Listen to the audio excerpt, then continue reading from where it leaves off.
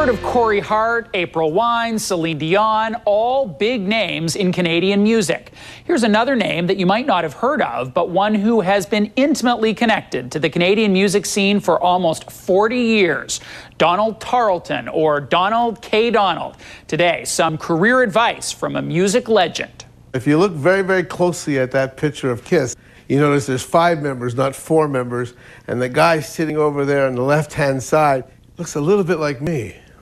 This is Donald Tarleton's Wall of Fame. And April Wine were signed to Aquarius Records, our record company, and delivered probably 13 or 14 of the best rock and roll albums this country has ever heard. I've had a very diversified career. I've been an agent, I've been a manager, I've been a concert producer, concert promoter, Broadway show producer. He began in the music business booking bands in high school. I couldn't find bands, so I decided, hey, this is an opportunity. I can work my way through school here by booking these bands that I'm trying to track down for our school dances. And so I spoke to some of the bands and started a little talent agency. That small business grew into a big player in the music industry. Last year, we played the Rolling Stones 2 nights at Mosaic Stadium in Regina, Saskatchewan, and it became the biggest grossing concert in the history of Canadian entertainment. So what does it take to be successful? It isn't what you might think. I don't believe you have to have great ears to be in this business, but you have to know somebody who has great ears. My ability as a businessman to survive in show business for all these years is being able to identify that particular talent in people and being able to work with those individuals. We're standing here at Aquarius Records, the Pulse Center, where our internet team is madly at work here, challenging and blogging and doing all the things that are necessary to get these acts up and happening throughout the internet.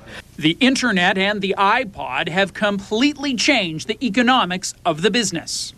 It is an unbelievable situation wherein most of the record companies are fighting hard to survive and having to develop all kinds of new revenue centers and remodel and re-engineer their business plans. What advice would you have for the fresh, young faces who want to get into this business? Well, I think it all begins by being as close to the artist as you can.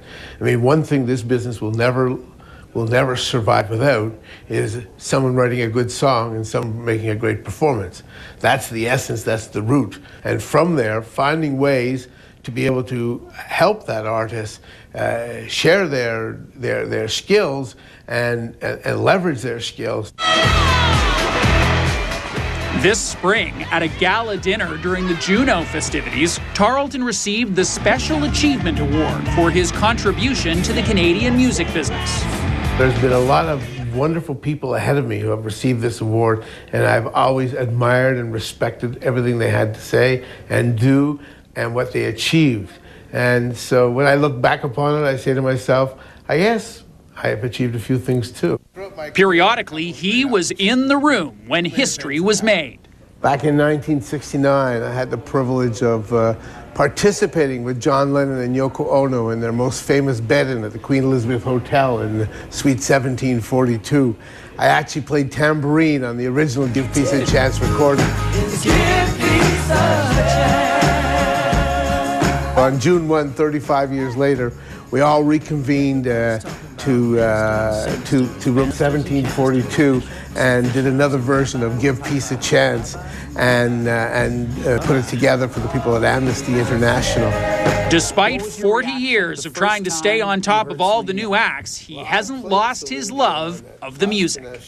One of the most successful stories on Aquarius history, of course, is Sum 41.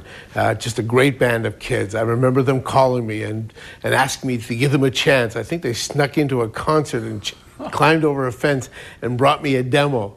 And I just fell in love with the guys. I fell in love with the band. I thought they were incredibly talented. With a brand new record out now, they are back at the very, very top of the charts where they belong. Sum 41 forever.